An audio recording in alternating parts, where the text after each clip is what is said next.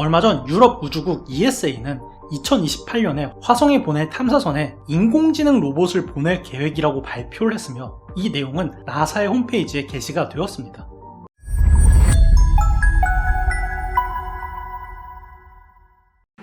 (2020년에) 발사된 화성 탐사선 퍼서비어런스는 1톤이 넘는 무게와 소형차 크기를 가진 최첨단의 탐사선으로 3D로 화성을 촬영을 할 수가 있고 레이저 스펙트럼 장비에다가 화성에서 산소를 생산하는 기기까지 갖춘 최첨단 탐사선인데요. 가장 최신 탐사선으로 첨단 기술이 집약된 수천억 원을 호가하는 이 탐사선의 최고 이동 속도는 무려 시속 0.15km입니다. 이마저도 보통 최대 속도로 이동하지 않고 현재까지 하루 동안 가장 많이 이동한 거리는 300m가 안 되죠. 아니, 최첨단 탐사선이 왜 이렇게 구려? 하고 생각할 수도 있는데 이는 화성의 환경을 생각하면 이 정도도 대단한 겁니다.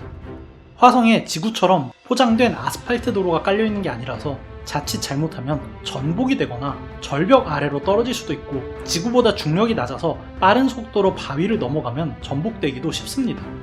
물론 이런 이유들로 전복이 쉽게 안되는 구조에다가 바퀴가 6개나 달려있고 모든 바퀴들이 조향과 회전이 가능한 육륜 구동 시스템이지만 수천억 원짜리의 장비임을 생각하면 모든 움직임이 조심스러울 수밖에 없습니다.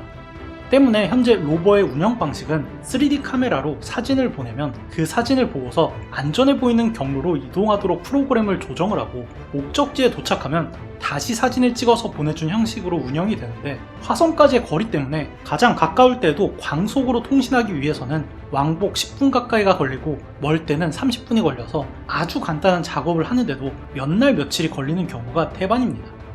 하지만 화성까지의 물리적 거리나 연구원이 일일이 작업짓을 해야 하는 특성상 이는 어쩔 수 없는 일로 여겨지고 있었습니다. 지금까지는 말이죠.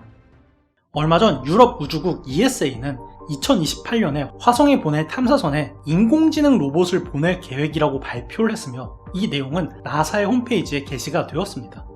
나사와 ESA의 공동 프로젝트로 진행되는 엑소마스 프로젝트는 2028년에 화성에 새로운 최첨단 로버를 보내는 프로젝트입니다.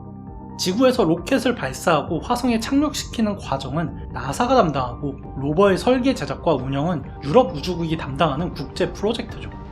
그런데 유럽 우주국이 이 로버에 인공지능을 탑재해서 화성에서 샘플을 채취하고 이를 분석해서 생명체의 흔적을 찾는 작업을 하게 될 것이라고 밝혔습니다. 이게 별거 아닌 것처럼 보이지만 이는 엄청난 변화로 만약에 인공지능이 스스로 샘플의 채취와 분석이 가능해진다면 탐사 속도는 이전과 비교도 안 되게 빨라지게 되는데요.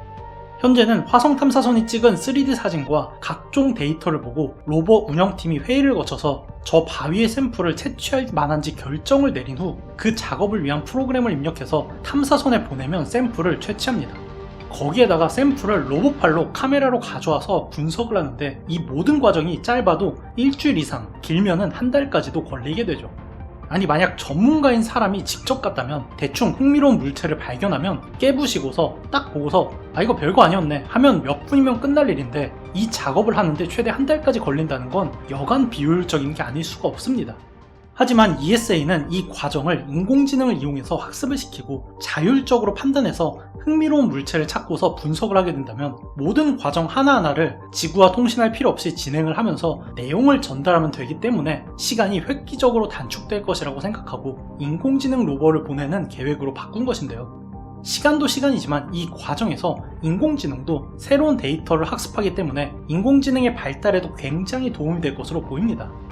거기에다가 만약 이번 로버에서 인공지능의 성과가 뛰어나다면 추후의 로버는 화성에서의 이동까지 완벽한 자율주행으로 움직이는 로버가 될 가능성이 높은 상황인데 이는 우주개발뿐 아니라 지구에도 매우 도움이 되는 기술이죠. 현재 지구에서 자율주행 기술이 나온다 하면서도 쉽게 나오지 않는 이유가 그만큼 절박하게 필요한 필요성이 없기 때문입니다. 저만 해도 오토파일럿 FSD 풀옵션인 테슬라를 타는데 오토파일럿 기능은 그냥 손발이 편하기 위해서 가끔 쓸 뿐 10년 넘게 무사고인 제가 운전을 하는 게 훨씬 더 잘하기 때문에 굳이 자율주행의 필요성이 느껴지지는 않죠. 하지만 이게 우주 개발에 돈을 써야 하는 이유 중에 하나인데 지구에서는 절박하지 않은 기술이 우주 개발에서는 반드시 필요한 절박한 기술인 경우가 많고 이 때문에 우주 탐사를 위해서 개발된 기술이 우리의 현실을 바꾼 경우가 많습니다. 대표적인 예가 정수기인데, 애초에 작은 크기에서 물을 식수로 바꾸는 기술은 실생활에서는 필요가 없다고 생각을 했지만 아폴로 프로젝트에서 필수 기술이어서 개발된 것이기 때문에 유인 달 탐사가 없었다면 현재 우리는 가정용 정수기라는 기술이 존재하지 않았을 것입니다. 심지어 병을 진단하는 MRI나 소형 화재 경보기도 전부 우주 개발 과정에서 탄생한 산물이죠. 이런 이유로 자율주행 역시 우주 개발의 과정에서 완성될 가능성이 있다고 생각합니다. 간혹 가다가 우주 개발할 돈으로 지구를 살려야 한다는 사람이 있는데, 이미 우주 개발 비용보다 지구 환경에 들어가는 직간접적인 비용이 수백 배 이상 큰데다가 우주 기술이 아프리카의 식순환을 해결해서 수많은 사람들을 살리고 우리의 편의성을 증가시켜 준 것을 생각하면 비용 대비 얼마나 큰 이득이 있는 산업인지를 알 수가 있습니다. 당장 스마트폰으로 GPS를 사용할 수 있는 이유도 인공위성 덕분이죠. 거기에다가 일론 머스크의 말처럼 기술은 스스로 발전하지 않습니다. 20세기 초에 미국은 세계 최고의 조선업 강국이었지만 이후에 제조업을 포기하면서 노하우를 가진 기술자들이 사라지고 현재는 배를 못 만드는 나라가 되었죠. 마찬가지로 아폴로 계획도 매년 달에 사람을 보낼 계획이었지만 정권이 바뀌고 달 탐사가 돈이 많이 든다는 이유로 아폴로 프로젝트가 강제로 종료가 되면서 당시의 핵심 기술자들의 지식이 사라졌고, 오히려 60년이 지난 현재 유인 탐사의 노하우가 60년 전보다도 없어져 버렸습니다. 이러한 관점에서도 미래를 위해서 우주 탐사를 계속 이어가야겠죠. 중요한 건 우주 탐사선에 능동적으로 판단할 수가 있는 인공지능을 탑재하는 것은 이번이 처음입니다.